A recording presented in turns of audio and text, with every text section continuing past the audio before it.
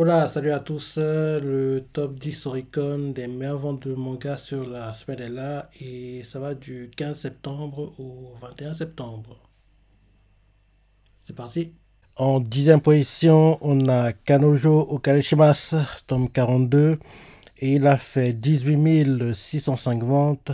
Là, actuellement, ça presse à l'application. Bonne vente dans les standards du manga, après que le tome 41, il a fait 15 618 ventes, le tout en 5 jours.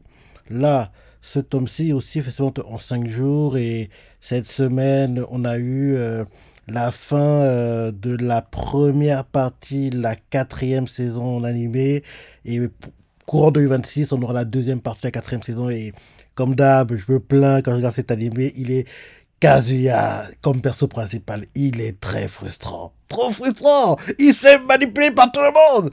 Il m'énerve. Il m'énerve. Mais j'ai hâte de voir la deuxième partie parce que j'aime beaucoup l'animé, même si les personnes dedans m'énervent, quoi. Ils m'énervent tous. Ils m'énervent tous, quoi.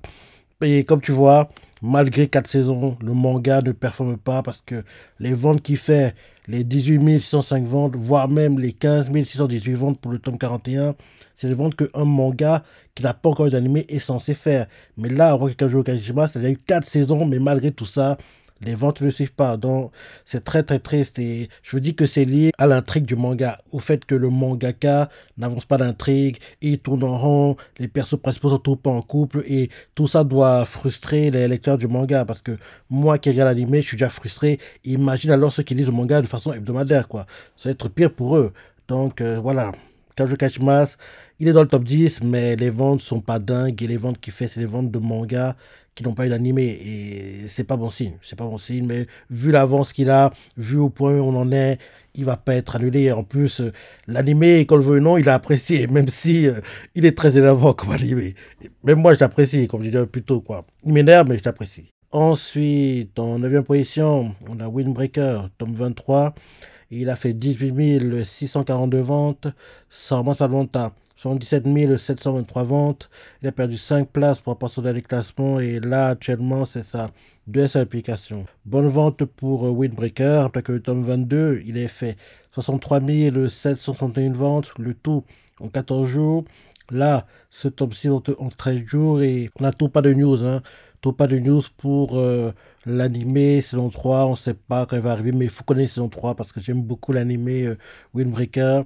Et d'ailleurs, comme je dis la semaine dernière, Windbreaker aura un drama live au Japon début décembre. Et espérons que le drama booste les ventes du manga, parce qu'en général, quand il y a ce genre de choses, les ventes du manga sont boostées derrière parce qu'un autre public, entre guillemets, découvre Windbreaker. Parce que ceux qui regardent beaucoup de dramas ne regardent pas forcément les mangas. Donc, en gros, certaines personnes qui vont découvrir ça en gros en drama quoi vont peut-être commencer à acheter le manga parce qu'ils vont être intéressés.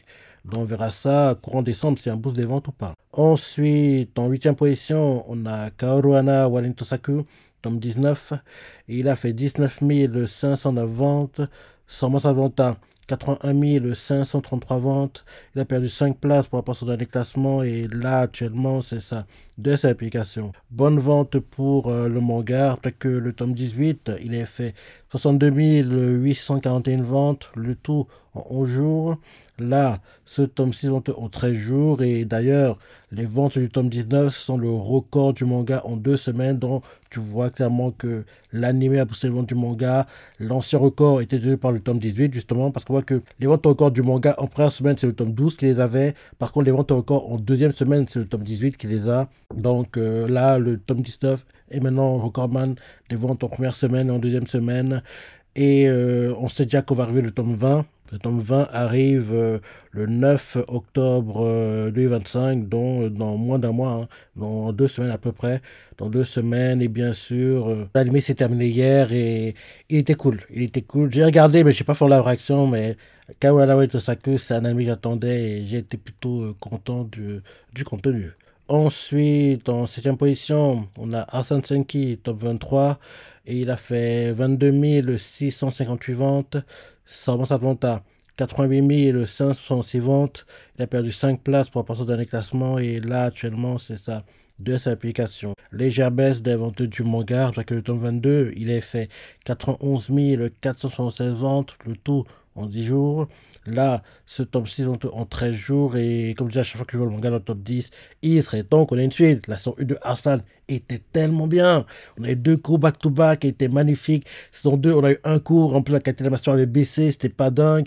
Donc, je me dis qu'il faut qu'on ait un retour d'animé pour booster le vente du manga. Je suis quasiment certain que il y a des personnes qui ne savent même pas que ce manga existe. Et ils le découvriraient justement grâce à l'animé. Donc, il faut qu'on ait une saison 3 parce que Arslan, c'est bien. En plus, c'est le genre de thème que j'aime bien. Ça, on va dire, c'est un peu comme Kingdom, quoi. En gros, beaucoup de guerres, de combats, même si Arslan, le perso principal, il est plutôt faiblard, quoi. Il fait un peu penser à Tokiyuki dans les Samurai, quoi. En gros, il est trop assisté, trop aidé, il est plutôt mauvais, quoi.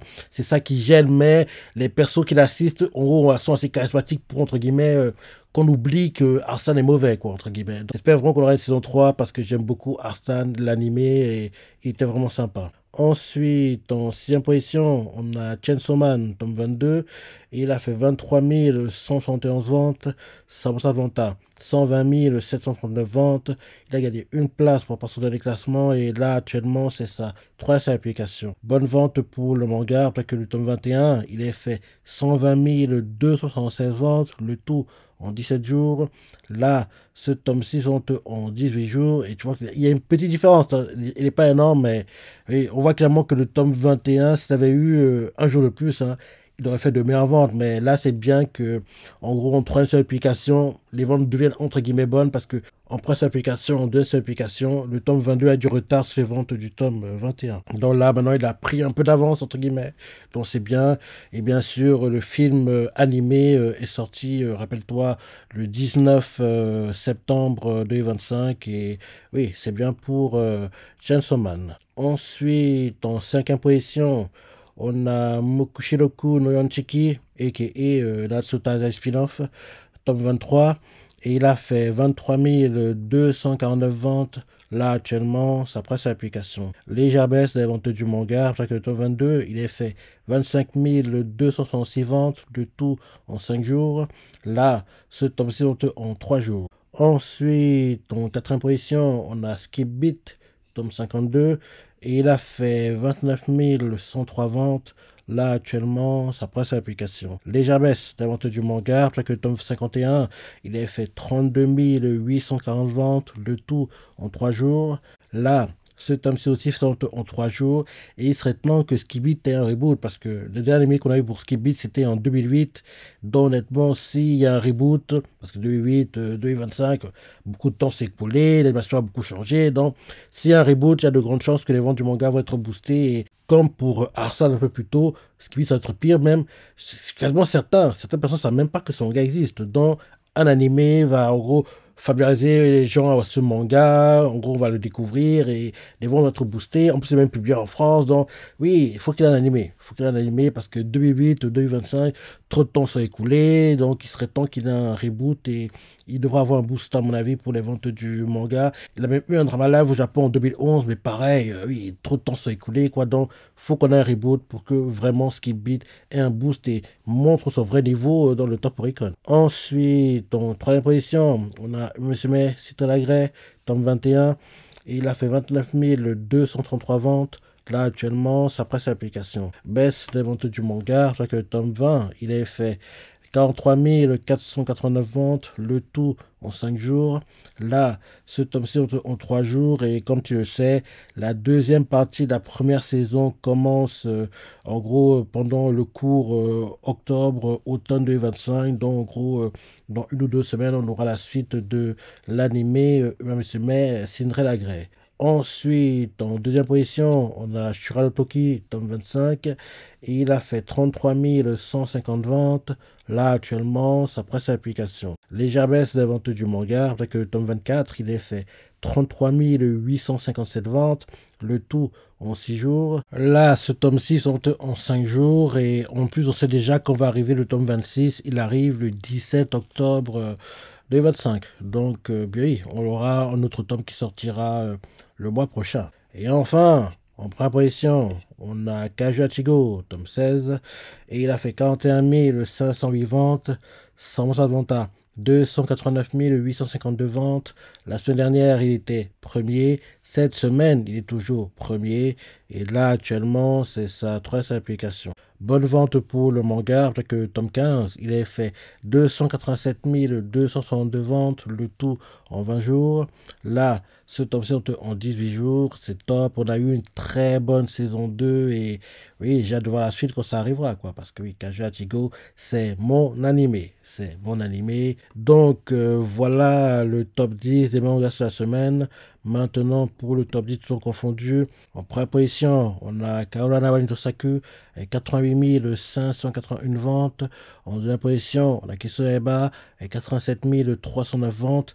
Kisoeba, il est en dessous des 100 000, mais il reste dans le classement, et c'est le plus important. Il faut qu'il tienne jusqu'à mi-novembre et logiquement, il sera dans le top 10 des mangas sur l'année 2025. En troisième position, on a Chainsaw Man avec 81 731 ventes. En quatrième position, on a Kazuya Chigo avec 67 977 ventes. En cinquième position, on a Sharotoki avec 35 943 ventes. En sixième position, on a Dan Dadan avec 32 322 ventes.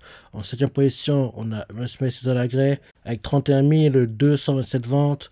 En huitième position, on a Sakamoto Days avec 30 725 ventes. En neuvième position, on a Block avec 30 498 ventes. Et en dixième position, on a Skip Beat avec 29 447 ventes. Dans ce top 10, c'est les mangas qui ont des animés ou pas. Kaorana Wanitosaku, animé. Kyusoeba, animé. Chainsaw Man, animé. Kazuya Chigo, animé. Shaotoki, il n'a pas encore d'animé, mais je me dis qu'à un moment, il en aura un, c'est quasiment certain. Dandadan, animé. Bush Grey, animé. Sakamoto Days, animé.